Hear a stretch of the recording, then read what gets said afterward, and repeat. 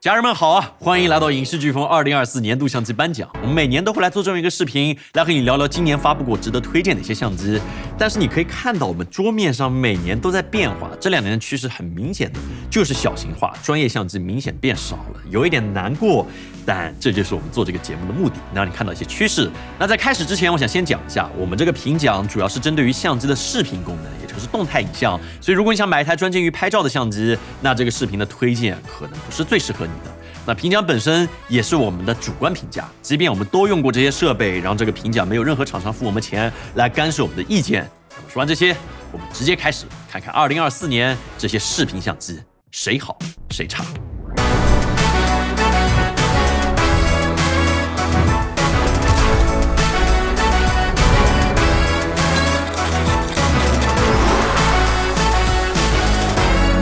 那首先就是最佳 Vlog 相机，我不知道你心里有没有答案，但是我们要颁给的这个奖项，我觉得应该非常明确，这是我们想的，没有，就是没有。今年我觉得真的没有任何厂商发布过一个非常适合拍摄 Vlog 的相机，或者说改变拍摄 Vlog 流程的这个相机。因为你想，的确我们有索尼 ZV-E10 Mark II、尼康 Z50 Mark II 这些相机，但是他们都还是比较传统的一个解决方案。也许你有了自拍屏，也许能够再接个麦克风，价格低了一些。但是本质上，它拍摄 Vlog 还是需要有专业知识。然后事实上，我们做了一些调研 ，Vlog 这个品类，我们发现目前的唯一真神就是断层式领先全球的，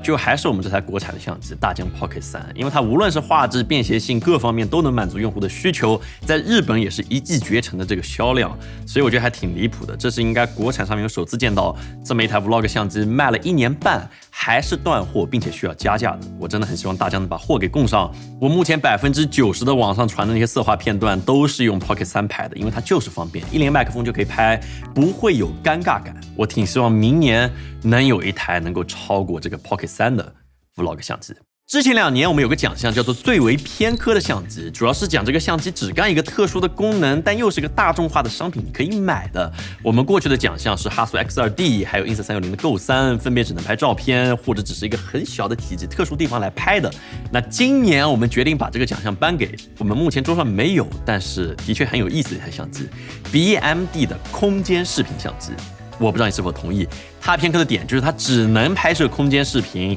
用来给 Pico 或者 Quest 或者 Vision Pro 来看。虽然我非常兴奋能够看到这样的技术被实现，但是当前我真的觉得空间视频它整体的流程会有点恐怖。我们之后一定会买一台来给各位评测一下，这种代表所谓的未来的立体的相机能拍出什么样的画面。接下来最佳运动相机，我知道这是每年争论的都非常厉害的一个品类，你说哪一个都有人说你是恰饭啊，但是我们没有，这些相机都是我们买的。只不过我们纠结的点在于 GoPro 13的确今年有了这个磁吸镜头，它有了那个磁吸的充电，然后各方面都有些优化，我觉得还是挺不错的。Action 5 Pro 非常强大，各方面都改进了许多，并且还有了很好的音频，各方面续航、内置存储、预录制都更新了。那至于 Ace Pro 2的确也很棒，之前他们遇到了镜头起雾的问题，现在我们实测了一下，得到了解决，并且还有 8K 的录制规格，直出画面也很自然，配合上这个全新设计的麦克风防风罩，还有整体的智能 AI 交互，这个真的是断层式领先。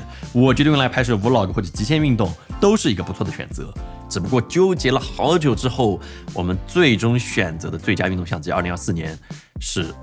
大疆的 Action Pro。我不知道大家是否同意这个观点。我觉得最核心的一点其实还是在于它整体的这个音频，还有它的这些配件生态，还有它的可靠性。尤其是音频，不管哪一种人，大众还是专业用户，我相信都会需要干净的声音。那在无线传输的这个音频方面，我觉得目前大疆真的就是断层式领先，真的很厉害。我觉得都配得上这个 Pro 的尾缀，当然叫做 Action 4 Pro 也许更合适一些。不过获奖呢，就是它。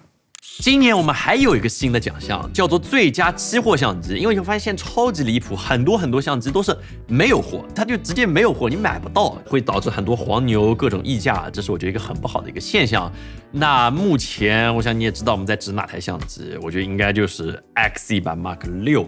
它必须就是今年的最佳期货相机，因为最离谱的是你会看到它发布的时候有80万人抢80台的这种盛况，溢价会加7000人民币。到今天你想要买一台国行的 XZ 版 Mark 6的话，也需要15000块钱。我觉得真的很恐怖，比他们的原售价还要高很多。所以已经买到或者原价抢到的朋友，你可以在弹幕讲一下，扣个1，没有的话扣个0。但是我们想看看有多少朋友是真的靠自己抢到的。希望富士可以进一步增大产能，这的确是一台好的相机，但是就是抢的人太多了，产能供不上。现在我们来到了最佳无人机奖项。那说真的，这个奖项我今年自己还是挺纠结的。我不知道你心里是哪一台，因为今年大疆发布了不少的无人机，像 Air 3S、Mini 4K、Avatar 2，还有 Neo。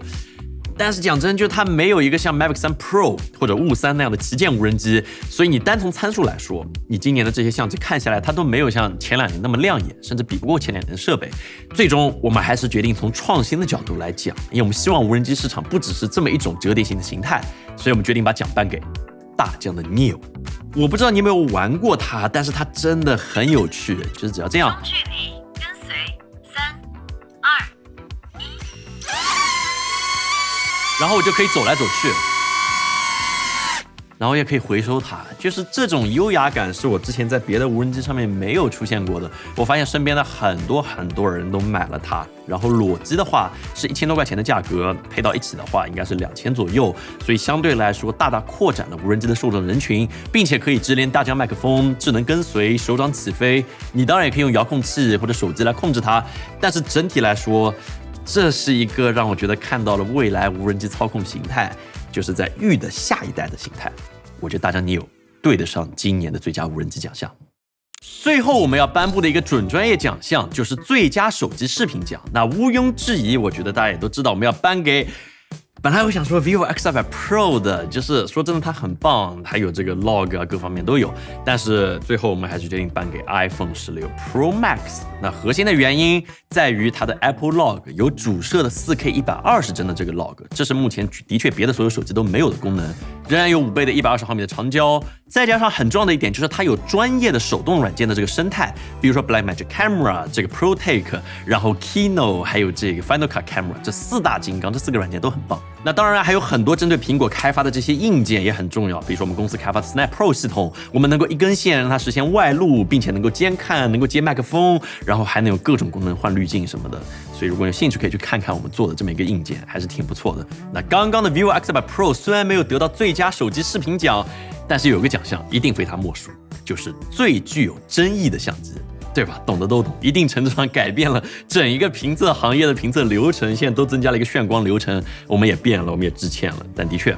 之后我们会增加炫光的测试过程。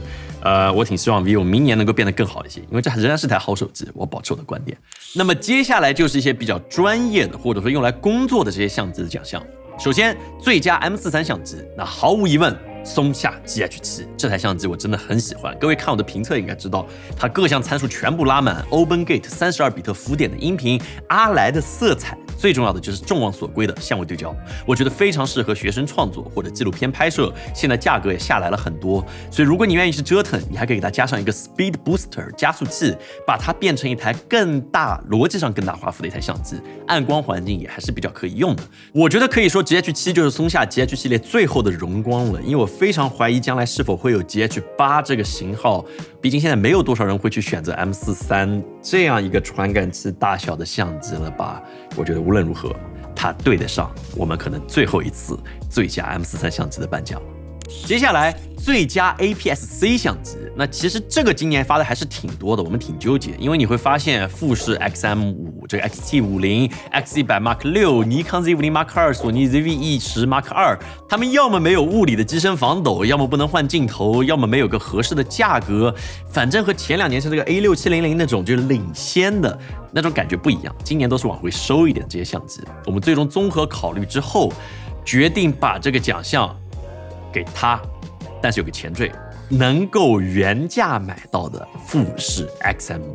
因为 XM5 它本身的性能和它的造型真的很棒，超级小巧 ，6.2K 的 OpenGate F-Log 2，新的胶片模拟，就是这个相机，我觉得你要线下看你才知道它有多小，真的超级轻巧。所以如果你想买一台 APS-C 相机用来入门或者当做一台备用机，那我觉得 XM5 是一个非常不错的选择。那当然你还是得忍受它的一些痛点，比如说续航较短，没有物理机身防抖，还有它整体的做工会让你觉得有这么一点粗糙。可能这是它的一些缺陷，但是仍然是一台好相机。接下来的奖项最挤牙膏奖，你觉得是谁？你可以先来竞猜一下，你觉得今年最挤牙膏的奖？我举个例子啊，当然这个不是拍视频的，比如像理光的 GR3X HDF 相机，这听着非常玄乎这个名字，但它本质上就是多了一个柔光滤镜，多卖你1000块钱。那当然还有松下之前出了这个 S52了，以后还出个 S51代的一个奇怪的改款，这种也是挤牙膏的一种。但是今年最挤的，我觉得我们大家应该是有一致性，对吧？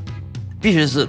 它吧，索尼的 A1 Mark II， 这应该配得上今年的挤牙膏这个屏。虽然它很强啊，对吧？各方面很厉害，但是说到底，它是索尼最大的一个旗舰的这个产品。可是你会发现，它最大的变化就是它机身变成了 A93的壳子，其他就没有什么超级本质的变化，没有新的传感器，没有8K 60帧，没有每秒120张的连拍，而且要卖你47999块钱。就是你要知道，其他厂商的旗舰像你 Z9 或者佳能 R52或者 R1， 他们都提供了很多有意思的功能或者创新的一些点，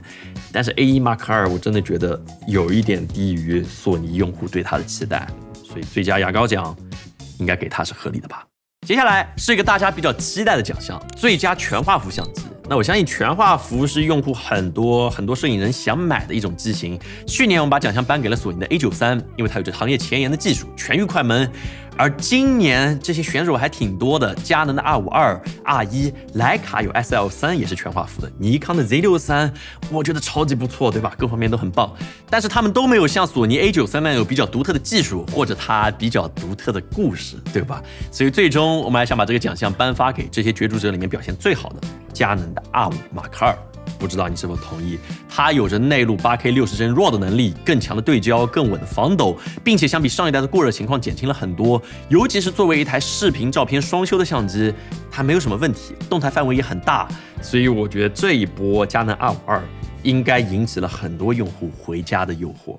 你换门了吗？然后就是最为遗憾的相机，那这个我想讲一下，这不是说它不好，反而是说它很好，只是有1-2个地方比较遗憾，我们想把它颁给尼康的 Z63。 作为尼康今年发布的为数不多的产品，它本身的参数真的很优秀，部分堆栈式传感器，果冻效应控制非常出色， 6K 60帧的 NRAW， 4K 的120帧视频，每秒120张照片连拍，超级棒。那它遗憾的点在哪儿呢？就是它缺少一个合适的机内监看的方案，哪怕是现在尼康已经收购了 RED， 也没有完全解决这个问题，并且尼康还是有个老生常谈的问题，蓝色溢出，对吧？我们一直讲，虽然目前尼康推出了新的 Analog 的 LUT， 稍微改善了一些蓝色溢出的情况，但是本质上这是 Analog 的问题，除非尼康能够推一个 Analog 2或者一个迭代，否则无法根除这个影响。假如这个理由对你来说还不够充分，那我们有个更明确的理由说它遗憾。尼康 Z63 的初始市场定价定得太高了，18000多块钱，当时让所有人都是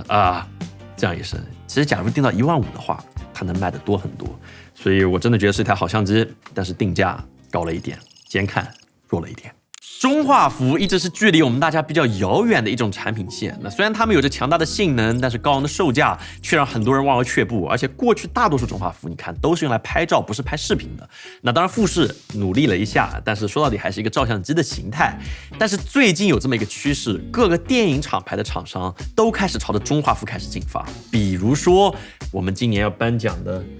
其中这个品牌，阿莱公司的艾丽莎